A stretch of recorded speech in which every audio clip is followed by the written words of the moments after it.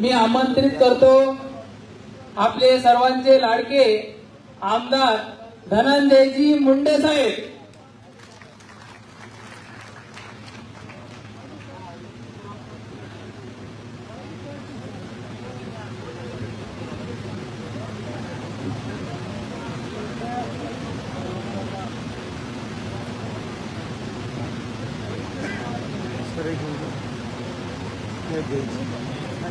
निर्धार नवपर्वाचा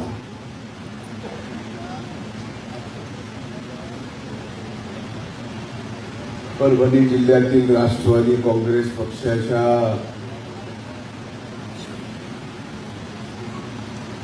पदाधिकारी संवाद मेळाव्याच्या या कार्यक्रमाला उपस्थित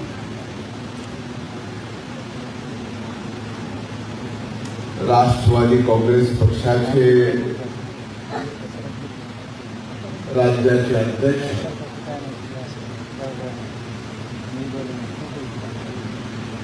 आदरणीय तटकरे साहेब, विधिमंडळातील आमचे सहकारी आदरणीय विक्रम गुरुजी काळे,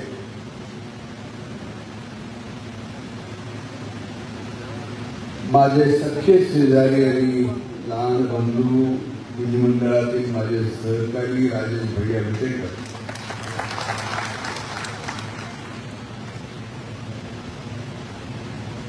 काही दिवस वाट चुकले पण पुन्हा वाटेवर आलेले माझे मित्र बाबरे सर,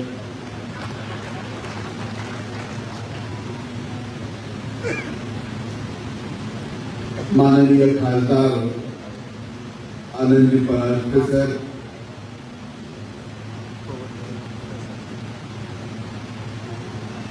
महिला आघाडी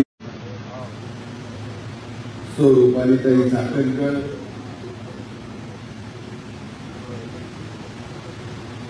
इथं उपस्थित कल्याणरावजी आखाडे, रामजी देशमुख सर,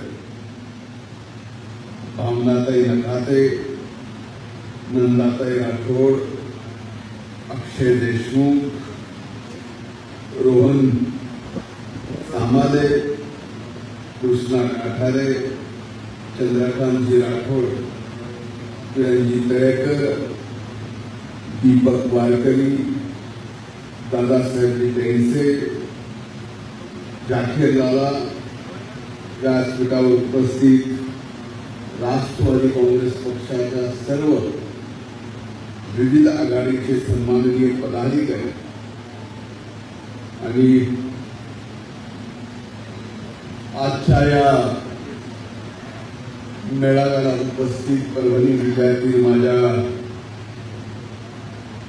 राष्ट्रवादी काँग्रेस पक्षाच्या सहकारी बंधू आणि भगिनींनो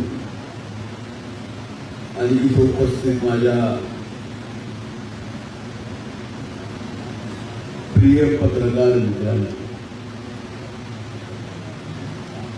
खरं तर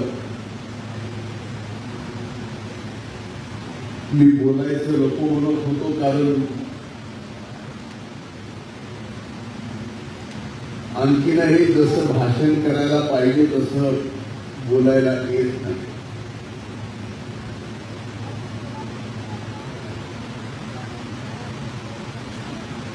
पण आदरणीय अध्यक्षांनी आदेश दिला कसं का होईना तुला बोलावं लागेल 5 मिनिट. संघटनेत अध्यक्षानं दिलेला आदेश हा कार्यकर्त्याचा धर्म असतो आणि तो पाळावाच लागतो. अशा संघटनेमधून मी कार्यकर्ता म्हणून आलेलो असल्यामुळं मी आपल्या समोर बोलायचा प्रयत्न करतो. परभणी जिल्ह्यामध्ये राष्ट्रवादी काँग्रेस पक्ष पहिल्यापासूनच 1 नंबर, संघटनेत 1 नंबरला आहे. स्थानिक स्वराज्य संस्थेमध्ये 1 नंबरला,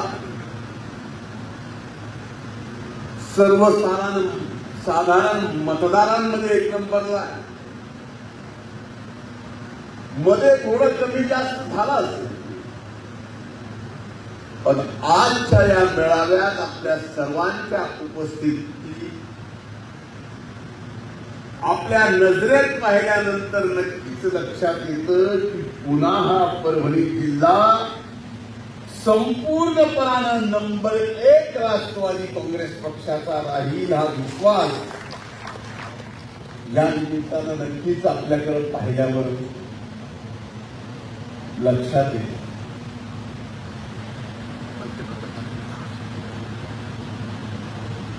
मी शेजारीचा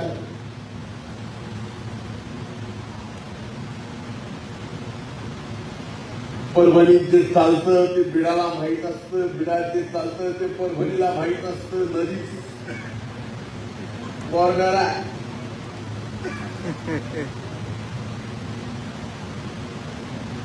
पण एक निश्चित आहे, मी आज आपल्या सर्वांच्या समोर आपल्या पक्षाचे अध्यक्ष आदरणीय तटकरे साहेबांचे मनापासून आभार मानेल आणि अभिनंदन करेल.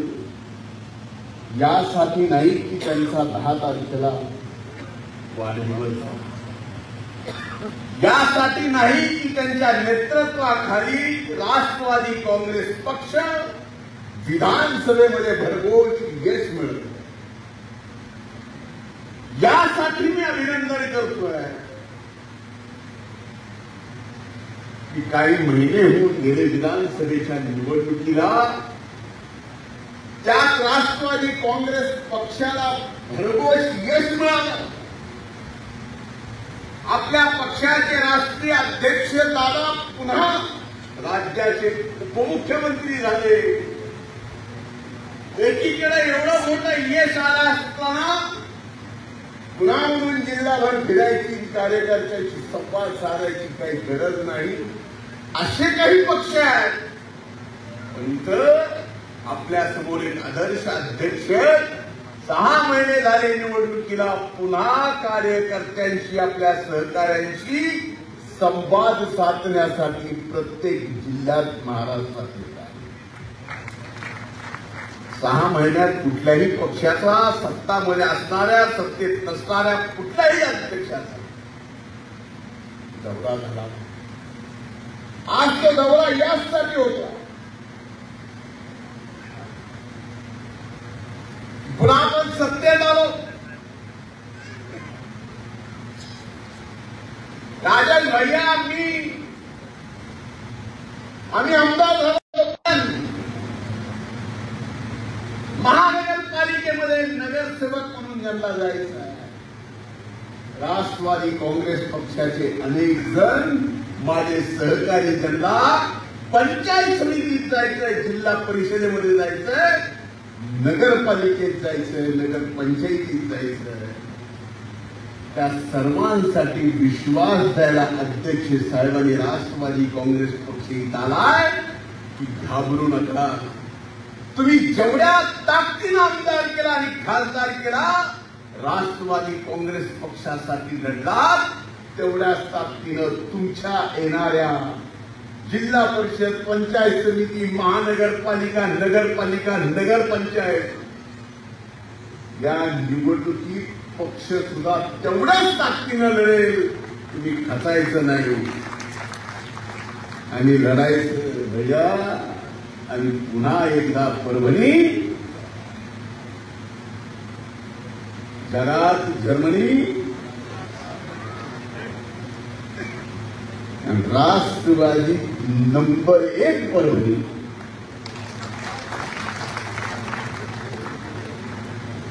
बीड शेजारी असताना सुद्धा हे म्हणतो, लागलं कॉम्पिटिशन तर आपल्यालाच नाही नंबर 1 म्हणून.